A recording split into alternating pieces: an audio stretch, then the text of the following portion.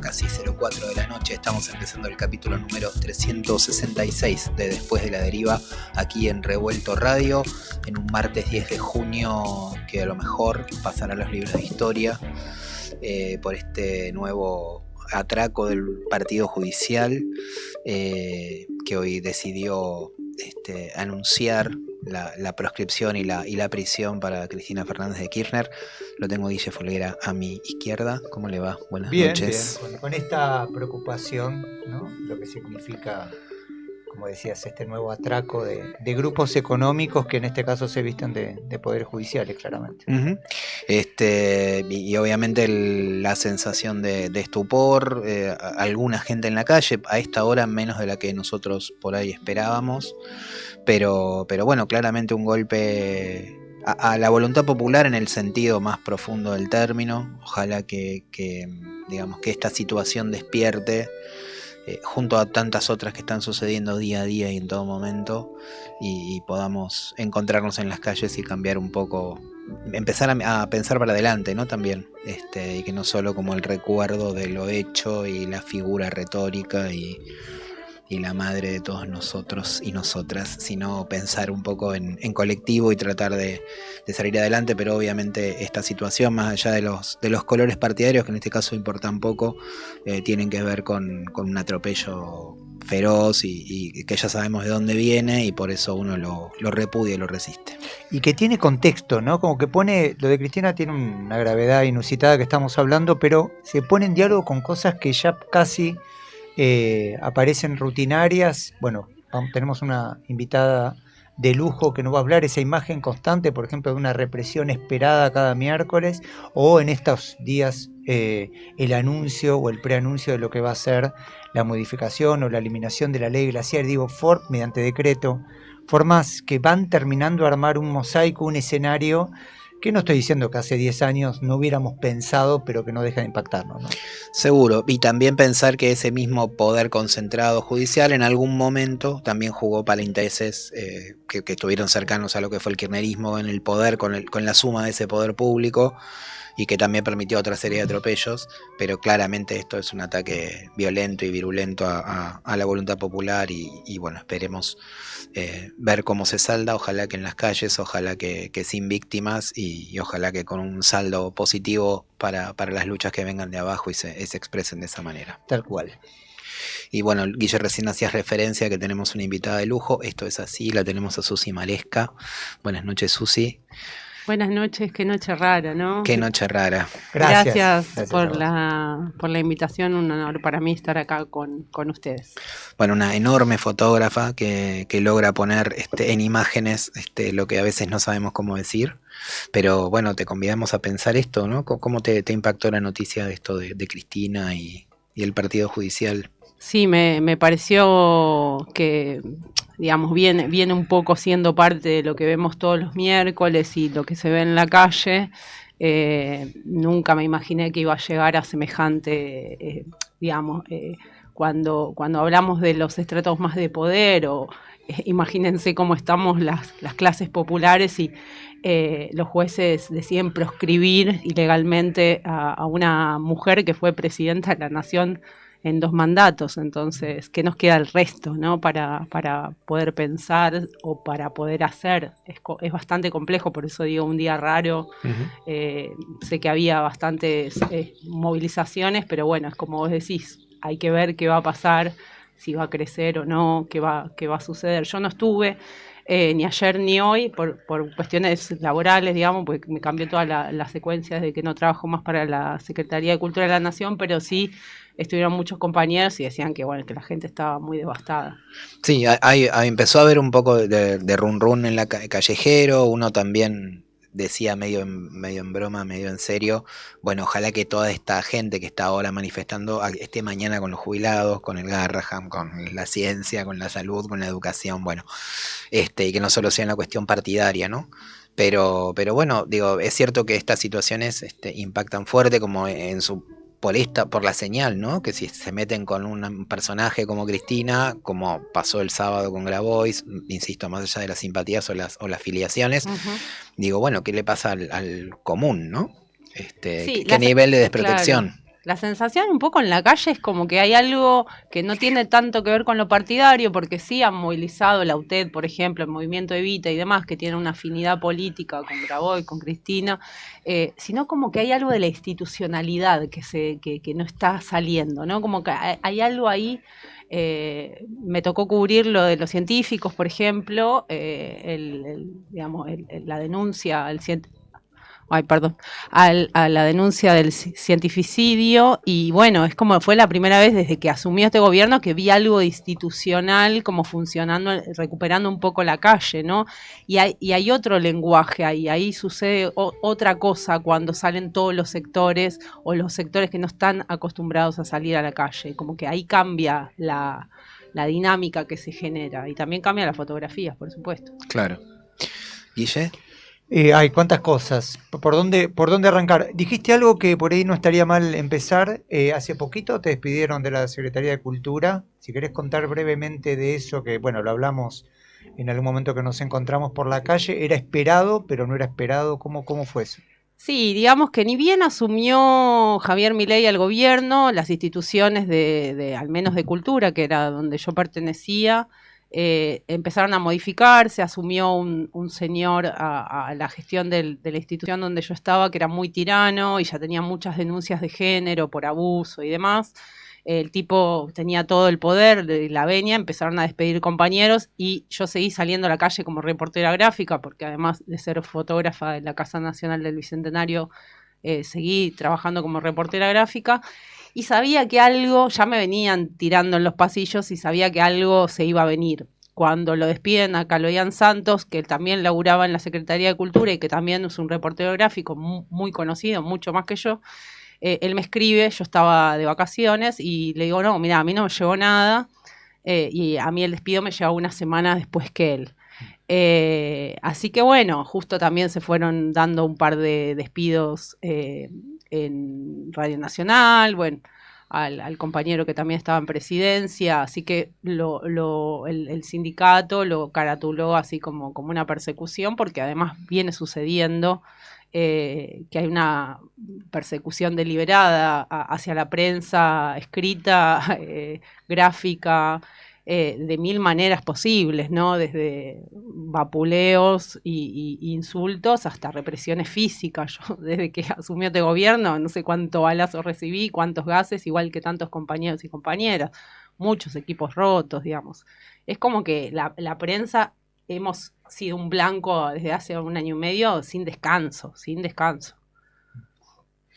Sí, están, bueno, Natalia Concina, y también integrante de este colectivo, y yo somos trabajadores, no sé si decir de Telam, pero bueno, Claro, de lo que quedó. Lo que quedó, que es la nada misma, porque Claro. nos siguen todavía pagando un salario por no hacer lo que nosotros sabemos hacer, lo cual también tiene que ver con con un desprecio importante. Y sí. Y bueno, y esto de tenerte ahí como medio en un espacio residual haciendo pavadas y no pudiendo ejercer el oficio que uno trata de sostener aún en ese Por contexto. eso también decía, ¿no? Imagínate, si a una mujer que fue presidenta durante 2 gestiones le pasa lo que le pasa, ¿qué nos pasa al resto que venimos denunciando la falta de libertad de expresión y la persecución hace un año y medio, ¿no? Y yo me he metido con temas heavies y nunca sentí la presión que hoy se siente cuando salimos a cubrir a la calle y cuando ves un cordón policial, sabés que vas a ligar. Uh-huh. Sí, eso es muy tremendo. Acostumbrarse a eso, ¿no? Sí, también. Ahora salimos como si estuviéramos en la guerra de Afganistán, ¿entendés? Uh-huh. Como en Gaza. Sí, tal cual. Qué Sí, tremendo, sí. Sí, es muy tremendo. Está bueno que digas eso porque además es un fenómeno mundial lo que está sucediendo. Un compañero que es reportero de guerra nos decía el otro día, bueno, pero estamos exagerando con el tema. Y yo le decía, el parámetro no es Gaza, el parámetro es Argentina. Entonces, si la historia de nuestro fotoperiodismo tuvo estos hitos, digamos, en la historia y estas vulneraciones de derechos, hay que salir a denunciarlo en función de nuestros propios parámetros, porque a nivel mundial la prensa está siendo atacada de manera vertiginosa. Claro. Pensaba en esta figura que uno piensa en la institucionalidad, justamente que vos recién citabas, Susi, y digo, a lo mejor no digo que esto esté bueno, pero digo, esta situación de que estamos viendo que se vulnera todo el tiempo esto, pone como muy al desnudo esta institucionalidad falopa que tenemos. Entonces a lo mejor hay que, bueno, es un impulso más para que reinventemos eso, ¿no? Y digamos, bueno, no es por acá. Pero bueno, para eso nos tenemos que encontrar en las calles y ver qué hacemos con esto. Pero la verdad que ojalá fuera esa como una mecha posible para ver hacia dónde nos disparamos, ¿no? Tal cual, porque lo ponía en diálogo tus palabras, Susi, con intervenciones. Hace poco vinieron May, que va a presentar su libro Dictaduras Mineras, y también Meche Méndez. Ujú. Y en general acudimos a estos escenarios como si fueran dictatoriales, pero me da la sensación que tenemos que empezar a denominar de algún modo, porque son tremendamente democráticos, pero no en el buen sentido, digamos. Parecen operar poderes institucionales, opera el Poder Judicial, y sin embargo son absolutamente regresivos, autoritarios. Digo, ¿y qué hacemos con esta llamada democracia con la cual estamos lidiando? Claro, es como que se sirven de la institucionalidad para ejercer la misma violencia que ejercieron en otros momentos inconstitucionales. Yo creo Tal que cual. hace rato esta democracia nos viene gritando eh, de muchas maneras, sobre todo para quienes tuvimos la fortuna de poder ver los territorios durante un tiempo donde no se hablaba de la violencia como se está viviendo hoy en las grandes ciudades. Entonces, hace rato que nosotros venimos diciendo que esta democracia está muy flaquita, que solamente es para unos pocos, que solamente hay algunos privilegiados que pueden desplegar, digamos, sus saberes o sus vidas de una manera armoniosa, que hay muchas poblaciones que hace años están siendo sacrificadas. Y bueno, es como un culo de botella, siento yo, Claro. ¿no? Como que de repente era así, así, así, cada vez se hizo más finita, más finita, más finita y ahora pende de un hilo. Yo creo que hoy ese hilo se está empezando a cortar. Claro. Y creo que socialmente poder pensar, ¿no? Después de tantos años que denunciamos con muchos compañeros y compañeras, vos incluido, y tantos que están aquí, que esa democracia estaba enflaqueciendo, digamos, yo creo que socialmente la gente recién lo está empezando a entender y que eso lleva un proceso, o sea, es un Claro. proceso histórico de cambio muy zarpado. Yo creo que este tiempo es un tiempo nada, muy increíble en ese sentido, ¿no? Ujú. Sí, yo pensaba, sin ningún éxito, pero digo, yo muchas veces cuando escuchaba tanto con Macri como con Milei, esto, ¿no? Basura, vos sos la dictadura. Yo pensaba, digo, por ahí se habría que cantar Milei desgracia, vos sos la democracia, porque todo lo que está pasando, digamos, está todo como avalado por un sistema institucional que funciona de este modo, no sé, el Claro. RIGI, la Corte Suprema, o sea, el Senado, la Cámara de Diputados, o sea, avalando todas estas barbaridades y cosas tremendas, y con toda la historia anterior, lo que vos recién citabas de territorios, que es muy impresionante y que, bueno, tiene que ver parte de lo que vamos a estar charlando ahora con ese libro y esa investigación sobre el tema del litio, ¿no? Por ejemplo.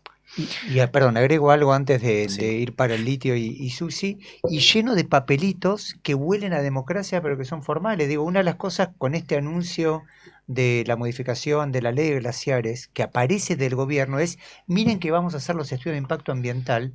Estudio de impacto ambiental que en Argentina, que yo sepa, no frenaron un proyecto. Entonces, parece democracia, luce como democracia, no tiene nada que ver con la voluntad popular, pero mucho más interesante escuchar a Susi el litio. Bueno, pero no es un detalle menor, porque quienes ya venimos viendo eso hace tantos años en los territorios y escuchando a la gente que vive y que padece eso, teníamos como un cierto, como siento que tenemos una cierta ventaja para decir, bueno, esto ya no iba para más, Claro. se están sirviendo de la institucionalidad para hacer cosas muy ilegales. Pero bueno, no es el grueso de la gente, ¿no? Como, ¿qué pasó con los pueblos indígenas que forman parte del libro La Ruta del Litio en Jujuy? Esa levantada jujeña que se armó. Estaban hartos de hace 10 años que estaban padeciendo persecución ideológica, política y de todo tipo, no solamente la explotación de sus territorios en nombre del litio y de la nueva salvación y del oro blanco, digamos, que ellos no ven absolutamente nada, ningún tipo de ganancia. Hay un informe que hizo ayer NASA Robielo de una investigación que le llevó bastante tiempo, que está bueno, lo pueden escuchar porque lo escuché justo ayer que me lo mandó. Y bueno, las empresas, cómo se sirven de los gobiernos y los negociados que tienen, es un entramado asqueroso que sucede hace muchos años, digamos. Claro. Y que eso de algún modo creo que fue preparando a lo mejor el terreno, ¿no? Sin duda. Para que haya un descreimiento en relación a, bueno, a cómo funciona todo. Un descreimiento que uno desde un lugar seguramente cómodo, digo, desde acá uno dice, va, está bueno que la gente no crea en esto, pero la verdad que hay un nivel de desamparo tremendo y todavía no hemos lamentablemente construido esos puentes para que nos encontremos y seamos nosotros quienes decidamos, con lo cual entonces se torna muy desgraciada la situación. Tal cual, sí. Bueno, respecto al libro, es un recorrido durante casi 5 años, todavía sigue igual, medio cerrando ya, pero sigue. Primero, bueno, muy fuerte en la provincia de Catamarca, Salta, ahí se suma Camila en Salta, Tucumán, y bueno, luego Jujuy con todo lo que pasó, el jujeñazo, el tercer malón y demás. Y en realidad es un libro más amable, si se quiere, en el sentido de que está como que trata de apelar a la sensibilidad colectiva, ¿no? Como, bueno, esto está pasando. ¿Qué pasaría si vivieras en ese lugar y de repente llega una máquina y se mete a tu casa, ¿no? Hay datos, hay información, pero no es netamente científico, sino más bien es un relato de vivencias y de momentos compartidos con todas esas personas que padecen la falta de agua, la persecución ideológica, el encarcelamiento, la violencia institucional, la organización también, cómo se organizan para pensar en clave también, bueno, de todo lo que tenemos para aprender de esas comunidades, de esas poblaciones, de esas asambleas. Eh, bueno, es un recorrido sobre eso, básicamente. Yo estoy tentado esto parece streaming, pero es radio. Pero es radio. Es radio, exactamente. Pero aquellos que nos estén viendo por YouTube, por ejemplo, en este momento, por el canal de Revuelto Radio, podrán estar disfrutando de las imágenes del libro de Susi Maresca. Preguntarte, ¿cómo haces para mirar lo que por ahí nosotros no vemos y poder retratar esas cosas? Tanto digo, después vamos a hablar de las movilizaciones y tal, pero digo, en estos casos. Sí, me viene pasando igual, quiero contarles, porque está bueno empezar de atrás para adelante, de adelante para atrás, no sé cómo sería, pero de la actualidad. Me viene pasando que saco fotos últimamente que siento que no son mías, ¿no? Y le decía a una compañera que hay algo que tiene que ver con lo emocional, que tiene que ver con el momento que estoy transitando. Tengo 47 pirulos, me acabo de quedar sin laburo fijo después de muchos años, mi hija creció, bueno, todo un cambio en lo personal que hace que de alguna manera eso incida en las imágenes que hago y hoy siento que esas fotos no me gustan, no son mías, no me dicen ni a mí cómo le va a decir algo a otro, ¿no? Entonces, me parece, yendo un poco para atrás, que hay todo un proceso ahí de aprendizaje con una mirada muy inocente sobre eso, ¿no? Porque yo de repente llego buscando algo, yo buscaba un cráter, sinceramente quiero decirles, en el año 2020. Yo quería ver el Open Pit de Alumbrera. Claro. Cuando me di cuenta de lo difícil que iba a ser, y los pocos compañeros que habían llegado, empecé a decir, bueno, ufa, ¿y ahora qué hago? Y empecé a buscar.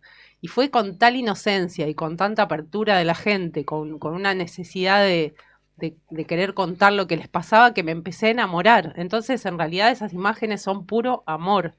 Incluso las de las represiones más crudas. Hay algo de mí ahí que aprendió a mirar con esa necesidad de la gente de contar lo que le estaba pasando, como esa responsabilidad, ¿no? Como que me conectaba con eso.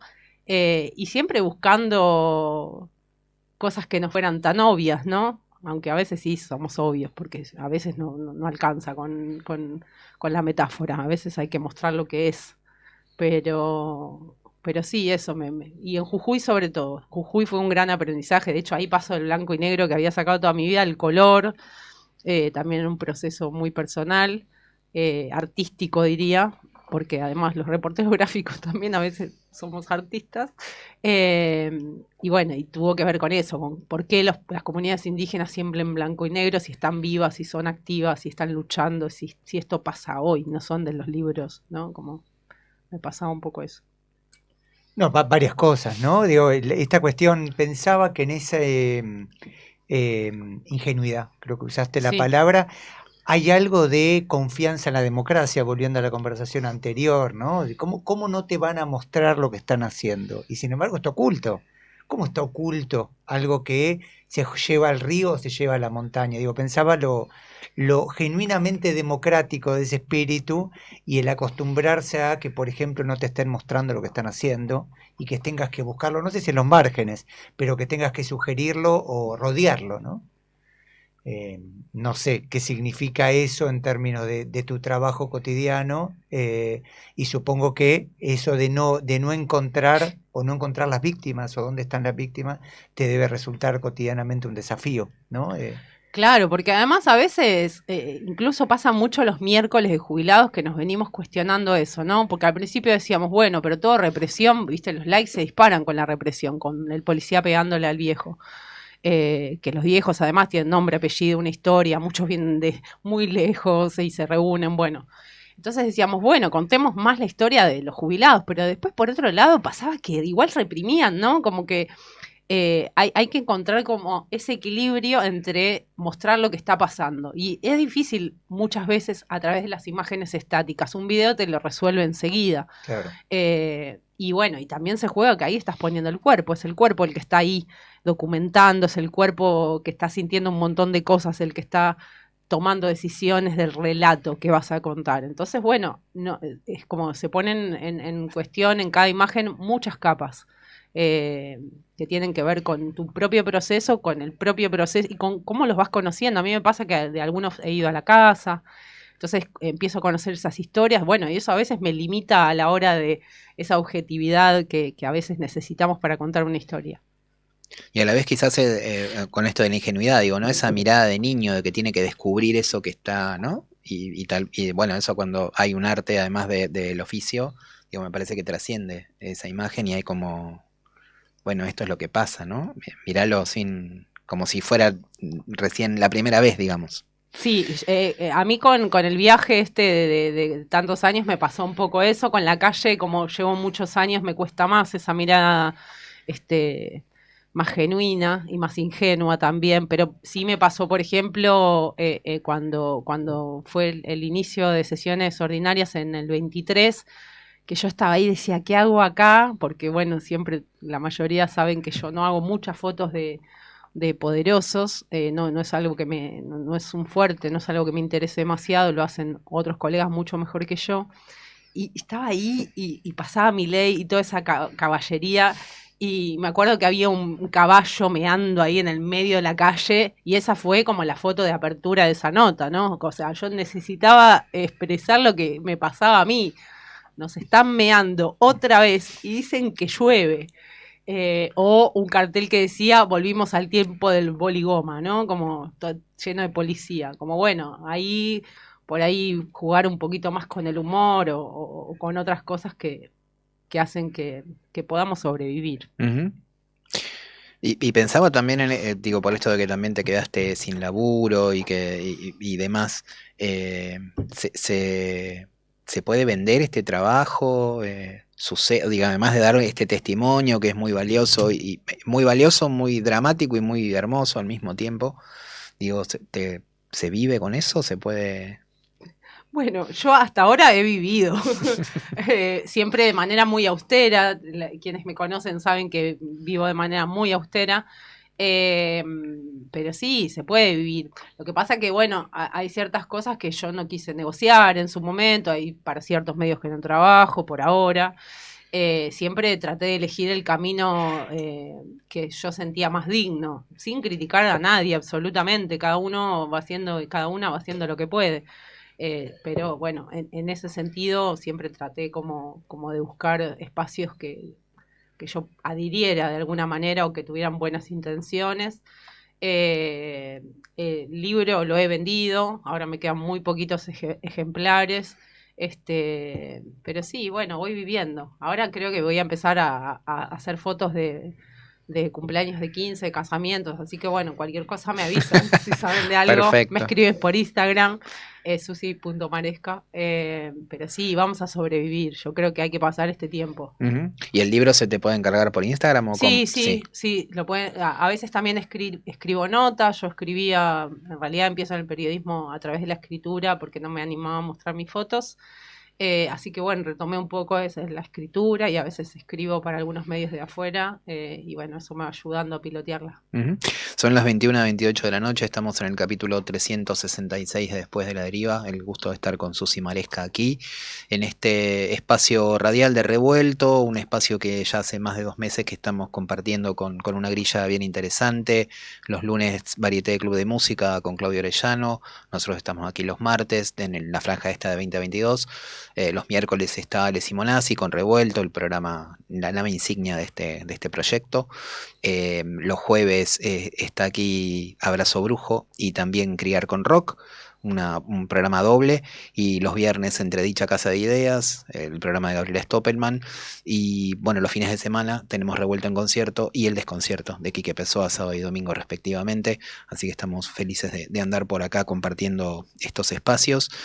Nos vamos a ir a escuchar un testimonio. Hablabas vos, Guille, al principio de esta ley de glaciares nuevamente amenazada, ¿no? Ya ha sido muy vapuleada también en tiempos del gobierno kirchnerista, pero en este caso está ya la noticia instalada, empezando a rodar sobre una, no sé si anulación definitiva o una modificación que va a perjudicar mucho la protección de esto, y tenemos por suerte el gusto de tener queridos compañeros por todo el país que están dando pelea y testimonio. Uno de ellos es Saúl Ceballos, integrante de la asamblea Hachal No Se Toca, y nos grabó este testimonio bien interesante para entender cómo viene la mano.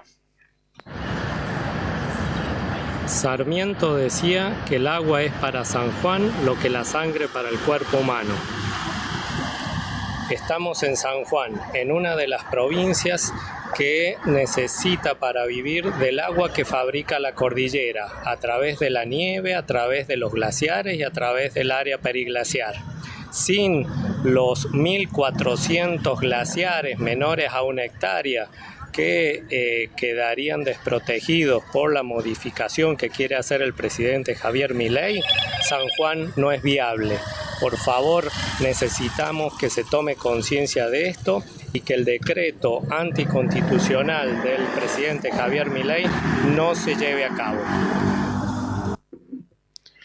Saúl Ceballos de Hachal No Se Toca, querido asambleísta, parte de esa pelea que están dando allí, y le agradecemos este testimonio para Después de la Deriva. Nos vamos a ir a escuchar un poco de música, son las 8:30 de la noche, estamos con Susi Maresca aquí haciendo radio.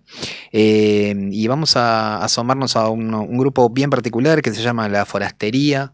Es un grupo de músicos, un cuarteto de músicos porteños que están viviendo en el Monte Cordobés, ahí en el Valle de Punilla, y además andan girando por el mundo, les va muy bien, pero ahora volvieron para estos pagos, están el próximo viernes tocando en el Matienzo a las 8 de la noche, presentando épicas, y épicas sagradas, en el Matienzo, este viernes a las 8 de la noche. De ese material vamos a estar escuchando un hermoso tema, En mi vasija hay más que oro.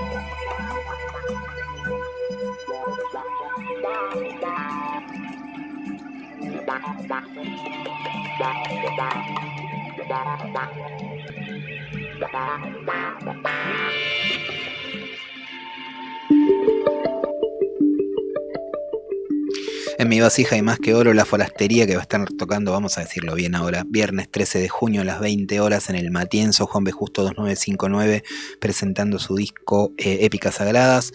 Y bueno, los que lo ven por streaming, un hermoso video además animado. Y seguimos en Después de la Deriva, 20:35 de la noche, charlando con Susi Maresca. Y ahora por ahí podemos pasar más esta etapa. No sé si qué es más duro, si la represión de cada miércoles, o lo que has vivido en el norte viendo ese despojo criminal, ¿no? O son distintos tipos de dolores, o... Sí, en lo del norte, sobre todo lo de Jujuy del 2023, para mí fue un regalo. Ver comunidades indígenas levantarse después de tantos años que no se juntaban en el medio de una ruta defendiendo, ganándole a la avanzada brutal y a la represión de la policía, para mí fue un regalo poder ver eso. O sea, era un hito histórico para esas comunidades indígenas que estaban silenciadas y que para los libros de los niños que estudian en Buenos Aires estaban muertas más o menos, ya no existían, ¿no? Uh-huh. Y si bien había mucha violencia y bueno, mucho despojo y demás, yo creo que ahí yo veía algo esperanzador.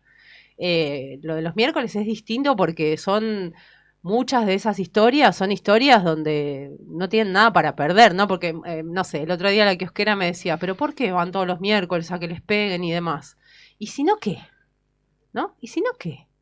Si no está pasando nada, si nadie está saliendo a reclamar nada o no de manera tan organizada como ellos o tan sistemática.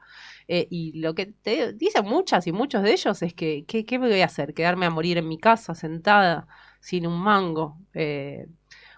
Por otro lado, ellos también se están organizando. No sé, el otro día una de las jubiladas me mostraba todos los medicamentos que van consiguiendo de manera autogestiva para poder asistir a muchos compañeros y compañeras que están necesitando esos medicamentos para seguir viviendo porque tienen más de 70, 80 años. Entonces se van como armando redes entre ellos para ayudarse. Eso también es muy valioso. No es solamente poner el cuerpo ahí los miércoles, sino están armando una obra de teatro con Norman Brisky. Digamos, hay mucha movida. Uh-huh. El otro día una compañera que salió por aquí denunciando justamente a un represor de la AAA, por el cual están pidiendo escracharlo en Banfield. Esto va a ser esta actividad que va a ser el próximo viernes.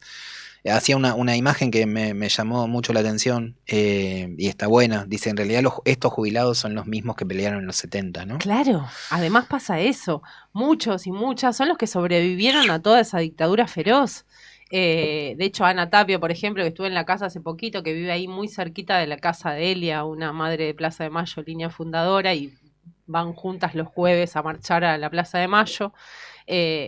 No sé, habíamos compartido un montón de espacios de militancia desde que yo tengo, no sé, 15, 20 años, y decíamos, vos estuviste en esta toma y vos tal cosa. Muchos de esos jubilados, no todos, pero muchos y muchas de esas jubiladas son compañeros y compañeras que vienen defendiendo los derechos humanos, la bondad de la gente, digamos, hace muchos años, sí, Uh-huh. tal cual. Después, bueno, te la des a María Rosa. María Rosa viene de Solano. Y ella sale porque se indigna de ver cómo le pegaban a los otros jubilados cuando ella decía, ¿qué dólares? Si yo no tengo dólares, mira cómo vivo, ¿no? Entonces, bueno, hay varias, o sea, hay un jubilado de Pergamino que viaja 600 kilómetros, 300 de ida, 300 de vuelta cada miércoles para estar ahí presente. Hay muchas historias particulares dentro de eso que vemos cada miércoles. Uh-huh. A veces con la parte escrita, digamos, hay cierta crítica que yo por lo menos he recibido en torno a, bueno, si no contás cosas optimistas, si no contás cosas luminosas, vas a llamar más a la desmovilización. Con la fotografía, ¿cómo haces? ¿Cómo revertís un poco esa mirada? Bueno, estoy fotografiando algo que está ocurriendo, por ejemplo, que un cana apalea a un jubilado. ¿Qué puede llamar eso para el miércoles que viene? ¿Qué no puede llamar? ¿Qué no puede convocar? No, yo creo que mostrar la represión sí efectivamente ha desmovilizado y me lo dicen incluso hasta periodistas que no tenían tanto la práctica de salir a la calle y me dicen yo ahora no salgo ni en pedo o trato de quedarme muy lejos. Es verdad que sí ha desmovilizado porque la gente tiene miedo a ser baleada, reprimida, gaseada o no tiene ganas simplemente, ¿no? Yo no sé cuál es la estrategia, pero sí la percepción que vengo teniendo hace un año es que nos estamos volviendo presos de un algoritmo que en realidad siempre va a beneficiar, digamos, a un solo sector. Entonces, como que llega un momento que decís, bueno, ¿qué es lo que yo tengo ganas de decir? ¿Qué es lo que me pasa en función de lo que estoy viendo, que estoy viviendo o que he dialogado con distintos colectivos de reporteros gráficos que seguimos repensando de qué manera comunicar para transformar lo que hacemos, para transformar la realidad, pero sí estamos siendo muy presos bueno, de los likes, de qué funciona y qué no. Me pasa a mí, o sea, si yo posteo algo y no se mueve, lo saco, ¿entendés? Tengo que hacer un esfuerzo enorme para decir, bueno, ¿por qué? ¿Por qué me estoy dejando? Y yo creo que nos pasa a todos. Entonces, cada tanto creo que está bueno cagarse un poco en el algoritmo de las redes digitales. Yo no uso Twitter, pero debe ser tremendo. Y empezar a crear desde lo que sentimos y que vamos percibiendo que es necesario en este momento, según lo que vamos percibiendo en la calle, básicamente, que es donde de verdad está pasando todo.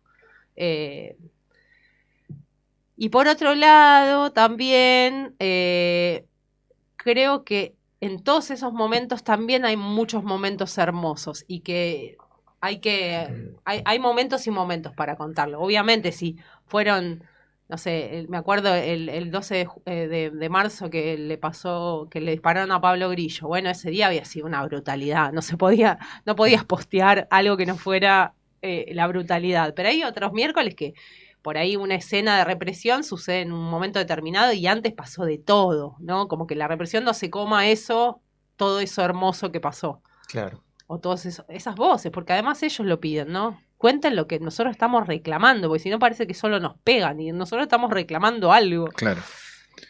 Está bueno esto que contás, digo, por estar metida ahí y estar como activando en ese lugar, como haces en tantos otros, pero digo, no, saber que también generan como un punto de encuentro y esas redes, ¿no? Porque si no, es cierto que esta imagen por ahí desde afuera podría ser, bueno, van a poner el cuerpo.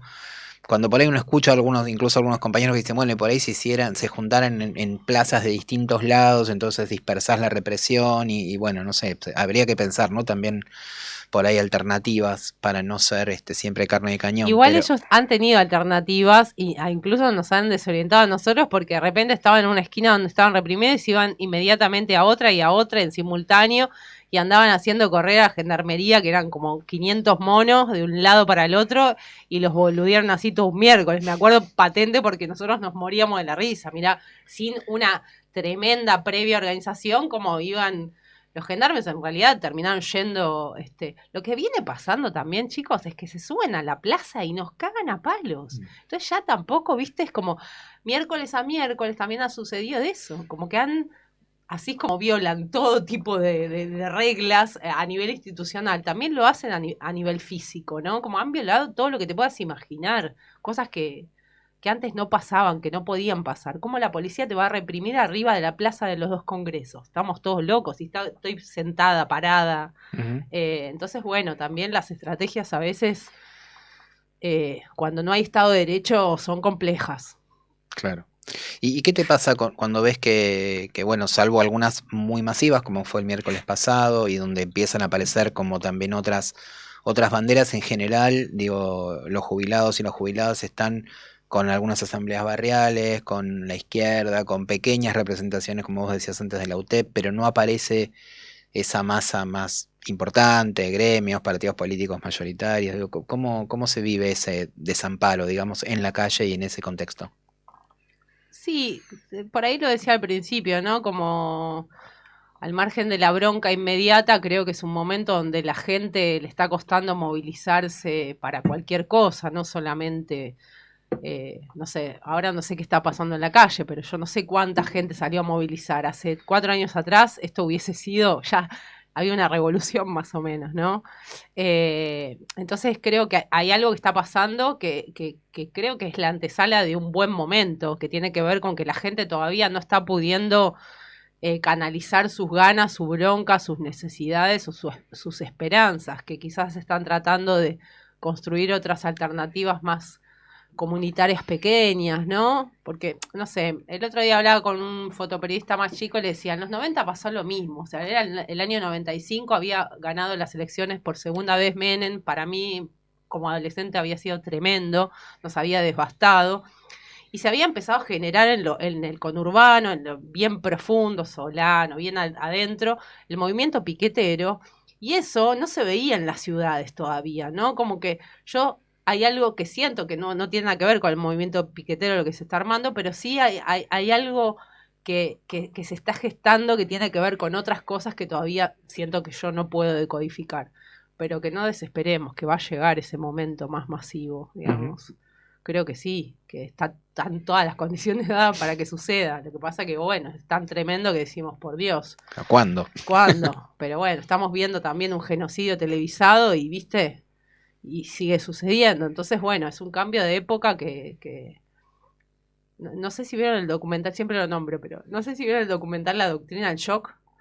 Bueno, es eso, básicamente. Es shock, shock, shock, shock. Es como te levantás a la mañana y ya arranca la metralleta. Entonces, bueno, es lógico que la gente que quizás no se sienta a pensar la realidad, se sienta invadida por la realidad y se sienta abrumada por la realidad, porque incluso a los que la pensamos nos abrumamos. Pero sí, no me entra la desesperanza. Creo que son etapas de un momento histórico, político nuevo. 20 y 46, somos Después de la Deriva. Quien escuchaban recién es Susi Maresca, fotógrafa, pero también compañera y amiga. Somos un colectivo junto con Tomás Batista, Natalia Concina, Ana Carolina Strongoli, y del otro lado está Paul Blois del vidrio, y estamos compartiendo acá con Sergio Arbolella y yo, Guille Folguera. Yo tenía una pregunta para hacerte, Susi, que pone en diálogo con lo anterior, pero un poco más general, que ¿cómo irrumpe el celular y la accesibilidad de generar imágenes casi aleatoriamente, masivamente, con tu tarea como fotógrafa, digamos? ¿Cómo pone en diálogo ambos mundos que sin lugar a dudas deben dialogar? Bueno, en realidad, para mí, a nivel histórico-social está buenísimo. Porque cualquier persona de una asamblea a la que yo no puedo ir a visitar, me puede contar inmediatamente en el lugar de los hechos cómo están reprimiendo o devastando su lugar. Eso ha democratizado de una manera increíble la comunicación. Y como toda cosa tiene sus lados buenos y sus lados malos. No creo que haya interferido, me preocupa más la inteligencia artificial, o sea, que compañeros y compañeras estén generando imágenes con inteligencia artificial, sabiendo lo que implica para nuestro oficio y para nuestro trabajo, que el uso del celular y de la democratización de la imagen. Porque en definitiva, cuando sos fotógrafo, tenés una formación, tenés como un bagaje, y hay algo ahí de la traducción de la realidad que es semántica, no es solamente un clic. O sea, por más vertiginoso que pueda parecer un momento, hay una composición que tiene que ver con un montón de cosas y con una formación previa, ¿no? Yo igual soy bastante autodidacta, estudié de manera pero estudié filosofía y bueno, obviamente semiótica, etcétera, en la disposición de la imagen y puedo llegar a entender. Y después también hay pibes que son muy buenos con el celular y eso está buenísimo. A mí me gusta, me parece que es una posibilidad y quienes continúan, obviamente siempre les recomiendo que busquen otras herramientas, pero no me parece algo malo, sino el abuso de eso, ¿no? Como que estamos bombardeados. La gente ya no lee y no, más vale, hay un bombardeo de imágenes que no se puede creer. Pero no siento que corra riesgo la profesión por la democratización de la imagen o por la viralización de las imágenes. Después el uso que hacen los medios de esas imágenes es otro temón, ¿no? Por eso digo, en realidad a los medios les conviene no pagarle a ningún fotógrafo y usar cualquier foto que levantan de captura. Yo he visto portadas con captura de pantalla. Y eso ya es otro problema, que las empresas en realidad siempre intentaron precarizarnos y ahora están en un hermoso momento para hacerlo y ni que hablar con la inteligencia artificial. Hay una revista cooperativa para la que yo he colaborado mucho tiempo, que sacó una portada con una imagen de inteligencia artificial y vos decís, dale, loco. O sea, si tenés un fotógrafo, ¿no? Entonces, bueno, eso me jode más que los pibes y las pibas o la gente en general retrate lo que sucede de la realidad. Ujú. Estaríamos tentados de nombrarlas, porque nosotros acá nos ganamos amigos como locos. No, pero no, que por ahí ya no me llama más, pero por ahí algún día me llaman y está todo bien. Solo que me impresionó, dije, bueno, estamos en el horno. Ni siquiera se los dije, así que no. Bueno, en el medio de la charla con Susi Maresca hay ruido a mate, porque Susi, además de traer fotos y demás, nos trajo mate también, que no solemos cultivar aquí en La Deriva. No. Hay varios saludos en el chat. Ana Raduski, desde Ay, Catamarca, hermosa. saludando. Ale Simonazzi también. Besos, Anita, te quiero. Maga Universo, saludos desde el litoral. No la conocemos a Maga. Un beso, Maga. A Natalia Concina la conocemos bastante y también manda saludos para Susi. Jorge Viale también manda saludos. Amigazo. No sé dónde estará, si en Exaltación Sí, o no, Jorge. ¿viste que va y viene? Viene. Yo la última vez creo que lo vi en Miramar, en una de esas muestras fotográficas. Y Karina Ocampo, desde Catamarca, también te Un manda besazo. saludos, Susi. Bien federal, ¿no? Sí, Muy sucia. Sí, totalmente. Sí. Por fin tenemos oyentes. No. Te vamos a traer más seguido, así alguien nos escucha y nos ve. No, mucha gente les escucha. ¿Cómo que no? Hablábamos hace un ratito fuera de micrófono cuando escuchábamos la música. Yo te preguntaba si con esta conexión que tenés con jubiladas y jubiladas, y por algunos videitos que también has subido en tus redes, como con Ana Tapia y vos me decías El Tigre, estás pensando en hacer algo más. Sí, me gustaría hacer algo con otros y otras. Y hay muchos compañeros que lo están haciendo de manera individual, pero venimos hablando de pensar en contar esas historias, ¿no? De contar más allá de los miércoles, como el miércoles es un lugar donde convergen, pero bueno, ¿cuáles son esas historias de vida? Porque también a partir de la historia de vida de cualquiera de ellos podríamos entender la República Argentina de los últimos 40 años, y eso para mí es lo más interesante de esas historias, ¿no? ¿Cuáles son sus historias de militancia? ¿Qué es lo que piensan? ¿Cómo han vivido estos años? Bueno, yo también estoy formada en antropología, pero digo, cómo a través de la historia particular de una persona que hoy tiene casi 90 años podemos entender los últimos 40, 50, 60 años de la Argentina. Está bueno. Pensaba, todos esas cosas que te conforman y te conformaron. ¿Sentís que la síntesis para vos es la foto? Sí, porque imagínate, yo canté, bailé, toqué la guitarra, pinté mucho tiempo. Bueno, escribí poesía, mucha poesía desde muy chiquita. Mi primera novela la escribí a los 9 años. ¿Novela? Novela, Mirá. una novela de amor. Bien. Sí. Que se la quedó una amiga, Paula Grande, que todavía sigue siendo amiga mía, y me dijo un día, uy, la perdí. ¿Cómo vas a perder mi primera novela que te diera un cuaderno Gloria de 48 páginas? Me acuerdo que tenía capítulo 1, capítulo 2. Sí, yo creo que la fotografía finalmente fue, cuando me animé y me di cuenta que no importaba si era buena o mala, creo que la fotografía sintetiza, cuando intento ir a video o volver a la escritura y demás, incluso a la pintura, siempre termino diciendo que es el modo de expresión con el que yo más feliz me siento, sin duda, aún en estos momentos de crisis, ¿no? Uh-huh. ¿Y cómo se reveló eso de repente?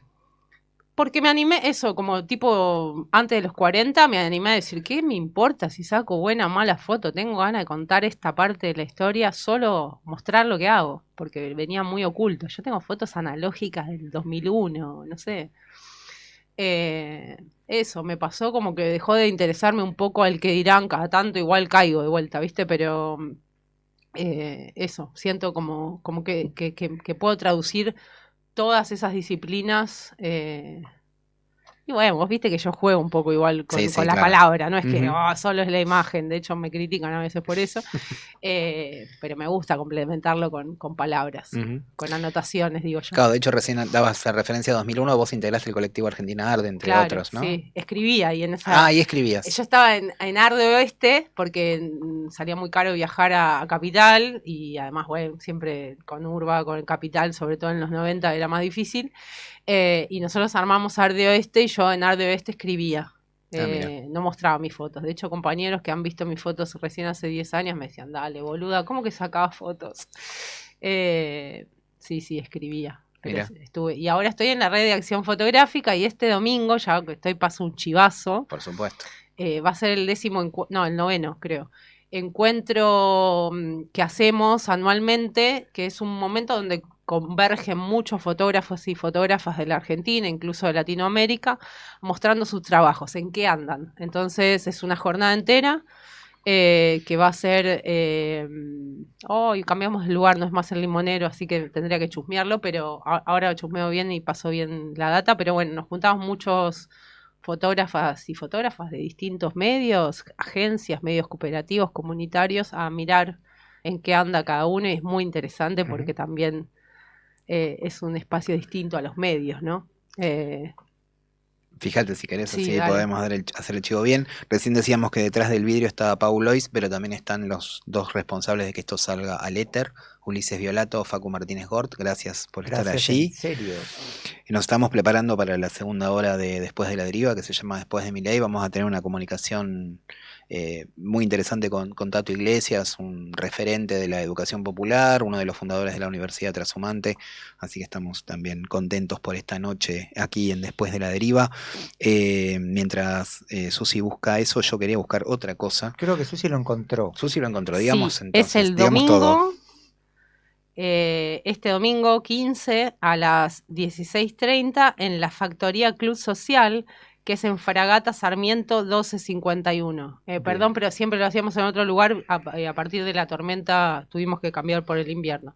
Así que bueno, ahí en la factoría vamos a estar todo el domingo desde las 16:30 con pegatinas, proyecciones, charlas, presentaciones del libro. Es gratuito para toda la familia, así que las esperamos. ¿Y ese es un colectivo de audiovisual o...? No, en la red de acción fotográfica somos 7 fotógrafes, 3 chicas y 4 chicos, que hacemos distintas movidas y nos juntamos ahí para eso, para la difusión fotográfica por fuera de los ámbitos conocidos, que son las redes digitales, los medios de comunicación, un poco desde más la fotografía documental, pero también como un momento de encuentro.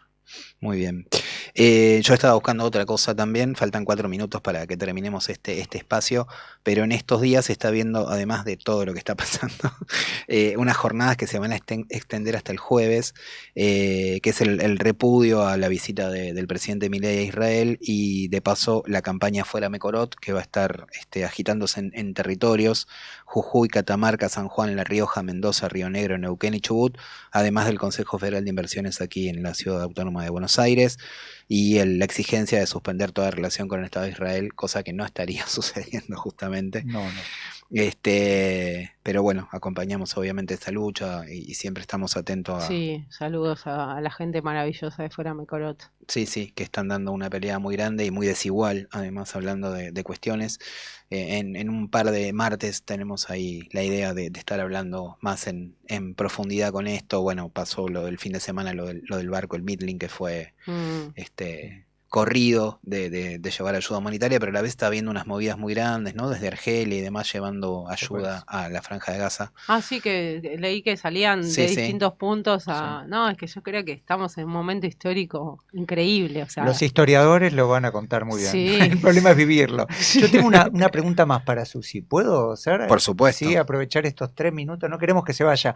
Pues es que cuando estábamos armando el programa, tu nombre apareció obviamente y apareció, bueno, le invitamos a narrar un poco la coyuntura y un poco a transitar los caminos que anduvimos transitando o a reflexionar más allá de Milei, que es el segundo bloque. Pero yo quería una reflexión tuya respecto a qué significa imaginar un futuro más allá de Milei para vos. ¿Qué tiene que tener nuestro territorio, nuestros territorios, para realmente diferenciarse de este presente tan áspero que estamos viviendo? Menos antropocentrismo, creo, me gustaría, después de Milei, ¿no? Como entender que somos parte de esta tierra, que somos parte de todo lo que habita y empezar a respetarlo en otra clave, ¿no? Porque yo la escuchaba a Cristina, a quien admiro un montón, pero decía, la industrialización de Buenos Aires, y yo decía, dale, o sea, que me gustaría que vayamos un poquito más allá y pensemos en en vivir de otra manera, imaginarnos otra cosa que no sea el capitalismo. Eso me gustaría para transitar estos tiempos, ¿no? Yo sé que desde acá suena súper utópico, lo único que queremos es llegar a fin de mes, pero sí me gustaría eso, por respeto a todas las personas que he conocido y que luchan por esta tierra, digamos, como no existen futuras generaciones si no empezamos a pensar en la tierra que habitamos, en que somos parte y que no somos dueños de ella. Está buenísimo. Bueno, hay que ir por la esperanza, ¿no? Hace un par de martes lo tuvimos a John Holloway hablando aquí y nos dio como una inyección de fuerza, sin saber, obviamente que no hay receta, ¿no? Pero que solo hay que oponerse a esta basura en principio y después ver qué podemos hacer con eso. Buscar la flor. Buscar la flor en las ruinas, sí. Una hermosa figura que nos regaló desde México. Bueno, muchísimas Hermoso. gracias, Susi, por haberte arrimado aquí. Nos vamos a ir con hay un par de saludos más, mira. Armando Casinera. Desde Rosario. Desde Rosario. Dice, qué importante que es para la fotografía que la fotógrafa o el fotógrafo tenga la cabeza bien colocada. Supongo que la de vos. Gracias. Y también saludos de Silvia Eidelman, a quien saludamos también, También un una abrazo querida para militante. Silvia. Muchas gracias por invitarme, para mí fue un placer enorme, siempre me pongo nerviosa y después me tranquilizo cuando les veo las caras, así que bueno. A pesar de las caras. También por mucha más radio, ¿no? Por mucha más radio para después de mi ley. Ojalá que sí. Nos vamos a ir con un poco de música y abriéndonos a una puerta de la música contemporánea de un querido amigo, Diego Tedesco. Vamos a irnos hacia el segundo bloque de Después de la Deriva, escuchando una inscripción, una pieza de música contemporánea que compartimos aquí en Revuelto Radio.